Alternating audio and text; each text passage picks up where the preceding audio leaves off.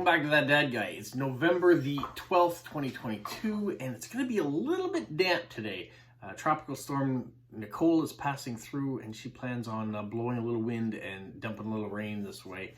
So may not be the best of days out there. Hopefully the road conditions will be okay, because my son and I are going off to a basketball tournament outside of town. His varsity team has 2 games to play today. And unfortunately, he won't be playing in them. He's going to ride the bench today because he rolled his ankle on Wednesday in practice, and it's been slowly getting better, but the coach wants it to heal up more before he does any quick movements or jumps on it, because he doesn't want to injure it further. So he's going to the bench to cheer on his team for the first exhibition games of the season, and I'll be in the crowd doing the same. So hopefully good weather, or decent weather at least, for driving to and from the games. So that's on the bill. But for right now, let's get to That Dad Guy Answers Part 40. We've made it to 40 already. There are a few questions here, and there are a variety, which I love. So let's get to the first one. The first one comes from Kim in the United States. She says, are you taught both French and English in school, and do some regions speak mostly English or mostly French? All right, so when you look at Canada, yes, we are taught both French and English in schools. The province I live in, the province of New Brunswick, is the only officially bilingual province in the whole country. The province of Quebec, which is up next to it, the one you probably heard the most of, Quebec City, Montreal are the 2 big cities there. It is a French province. French is spoken in most everywhere in the province. The city of Montreal does have a pocket of very English, so you can go to Montreal and get away with English, but sometimes when you're out in some of the other communities, you've got to know French, because that's what all the signs are in that province. They're in French first.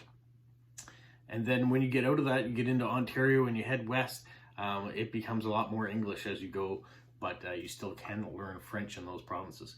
Here, because we're a bilingual province, we have the option of having early immersion, which means in grade 1 you start taking French, which means you're getting your French language arts, you're getting science, you're getting math, history. Those are all being taught in French right through until grade 12. But you have the option either to come out of French at some point in high school if you want to. If you don't want to finish with a bilingual certificate, you don't feel the need to, or you're struggling to get through, that is an option. Also, we have late immersion, so in grade 4 you can start the French program. So your first few years you're just doing English, and then you're getting introduced more to it in the later grades. So those are the options. But yes, even if you're in an English immersion program, you are going to get French courses taught to you as you go through, but not things like science and English, or science and history and math. Those courses would be in English. You would only be taking French in French. So yeah, hopefully that answers your question, and answers the questions about the regions of the country too. That we do have one specific, Quebec, being all French, and then the rest of the country are all basically English first, except for New Brunswick, which has both languages. And so when you drive into our province, you'll see all the signage are in both languages too. So you pull up to a stop sign, it's going to say stop, it's also going to say arrête. All right, hope that answers it. Now, the next one comes from Lila, also in the US, and she says, in the United States, we have the North Pole Post Office in Alaska. Does Canada have something similar? Yeah, because the North Pole is ours. So if you want to write a letter to Santa, you write Santa Claus, North Pole, Canada, and the postal code, not zip code here, is HOHOHO. So ho ho ho is the postal code. And then when it goes into any mailbox, you don't need a stamp to mail it. Just put it in any mailbox, and then us as letter carriers will pick it up and take it to the postal elves at the North Pole to get a letter back from Santa and deliver it to you. So yeah, we do have Santa's direct mailing address here in Canada. All right, the next question comes from Wendy here in Canada, and she says, a lot of people try to get 10,000 steps a day. I'm wondering how many steps you get on an average day at work as a postman. So I don't carry a step counter, other than I have my iPhone. My iPhone does have an app on it that will keep track of steps if you've got the iPhone on you. So I did go into that and see what it said on average I have when I have the phone with me. And I do about 7,500 steps a day. on average when the phone's with me. I also find that when I'm home, I put the phone somewhere. It's not always on my person, so I probably do an extra 1,000 steps that it's not counting. So I'm probably at 8,500. So I need to get up and do another 1,500, I guess, if that's what people are trying to get as a target is 10,000. I still need to do a few more. And it's something that I have been noticing that I do need to do a bit more exercise. My wife and I used to go for 40-minute walks every evening. And we find now with Polo, our hedgehog, he comes out kind of in that time when we walk or used to walk, so we haven't been doing those walks regularly. So we're going to have to change things up a bit to make sure those walks get put back in our schedule to get those extra steps and just to stay healthier. Otherwise, I'm going to have to get on the treadmill in the basement and start doing them that way. All right, so thanks, Wendy. The next question comes from Violet. I'm not sure where Violet's from, so Violet says, oh wait, I do know where Violet's from.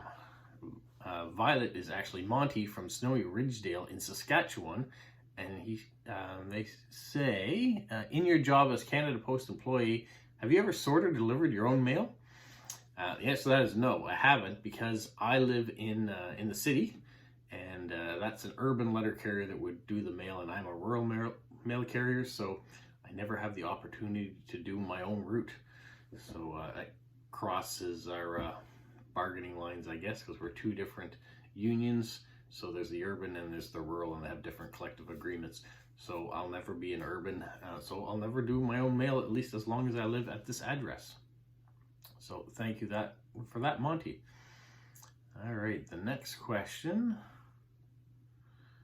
comes from Mermaid777. So I don't know where she or he is from. And it just says, hi, in your opinion, how soon is too soon to receive holiday postcards? I wouldn't send them in the summer unless someone specifically asked for them. You're probably saying, okay, now that Halloween is done, when is the best time to send them? Some people say, well, you have to wait till after Remembrance Day, the 11th, or maybe if you're in the US, you say you have to wait till American Thanksgiving is completed, the third week of November, or maybe you say wait till December the 1st. In my opinion, because it is a service with the mail that you're trying to do, I would think as soon as it gets to November, you're safe to start putting together cards and envelopes or whatever you're going to send off. Do it earlier rather than later, because the mail volume does get really busy as you get into December, and you want to make sure the cards get there on time. So if you send it early in November and the card arrives, say, the second week of November, I don't think anybody's going to mind if they got a Christmas card or a holiday card that early. If you wait till December 1st to send your cards and you're sending overseas, you're trying to get to Asia or something like that, it may not make it in those 3 weeks to when you want to get to the holiday season. So yeah, I would say if you're ready and you're organized on November the 1st, go for it. Start putting your cards together, your envelopes together to send over. If you know that the distance is not as far to travel, say you live here in the province of New Brunswick and you're just sending it to one of the other Canadian provinces, and you're just doing it for a holiday season, you probably can wait till December. It'll get there in a quick amount of time, within a week or so. So that's my opinion on when you can do it. So let's see, what's the next question? All right, Eric in Toronto says, Cliff on Cheers was a mailman. He He once said the secret to life was comfortable shoes. What comfortable shoes do you recommend as a mailman? Okay, so I agree. When you're on your feet, especially if you're a urban city mail person and you're walking all the time. I'm not that. I'm one that has my own vehicle, so I am in and out of my vehicle all the time. But I am standing at work, sorting my mail on my feet a lot. And like I said, in and out of the vehicle, you're pounding your feet on the pavement all the time. So comfortable shoes are key. I wear Skechers. So I have Skechers on right now in the house. You can't see them. But I've had plantar fasciitis, so I need to protect my feet. And so I have insoles in my shoes. When I'm outside, I wear Skechers for that. I find them really comfortable. I'm not sponsored by Skechers, but If they want to send me comfortable shoes, I certainly would use them, and I go through them quickly. So I'd be happy to have more Skechers. A 9.5 if you're listening. All right, so thanks, Eric. And I think that may be my last question. I have one that says they were going to rate a question, but they never did. So that's where I'm at now. All right, I think that's pretty good. We got a variety of topics covered today. We're going to get this stuff out, and you're going to hopefully get to enjoy it. And don't forget, when you're finished watching this video, or even if you're partway through and an idea pops in your head, leave in the comment, leave me a question so I can answer it for the following week. That's how this works. You leave your questions in this comment of this field of this video is what I'm trying to say, and it will get answered the following week. You have up until the Friday before the video to get the question in, and then it should make it. I have had the odd question that gets put in and hasn't reached me in time. I think sometimes YouTube holds questions just to go through them, or holds comments to verify them before they get displayed for me. I've had that happen before. I had questions or comments show up later, and so if it does happen to you, I apologize. I try to get all the questions answered as best I can, and so when I look at the video, if they show up, then I answer them. If they're not there, maybe we'll use them in a future video. But I think I give you lots of time. You've got 6 days to get your questions in. And the best time to do it is right away. You're watching the video, a question might pop in your head, type it in the comment field, let me know. All right, so tomorrow I have a few postcards to respond to. I think I've even got a few officials that I can write, so that's on the agenda for what I'm going to do for Sunday, as per normal. And then we'll see how the week goes from there. It may be a slower week for videos because I don't have as much stuff build up, and that's not so bad. I'll either think of new things to come out with, or we might have a couple days off of videos. We will see. But thank you so much for watching. Thanks for participating. Thanks for making these great videos by leaving your questions. And have a magical week. What, Polo? You say like, subscribe, share, and tell all your friends. Who's a good boy? Who's a good boy? Bye.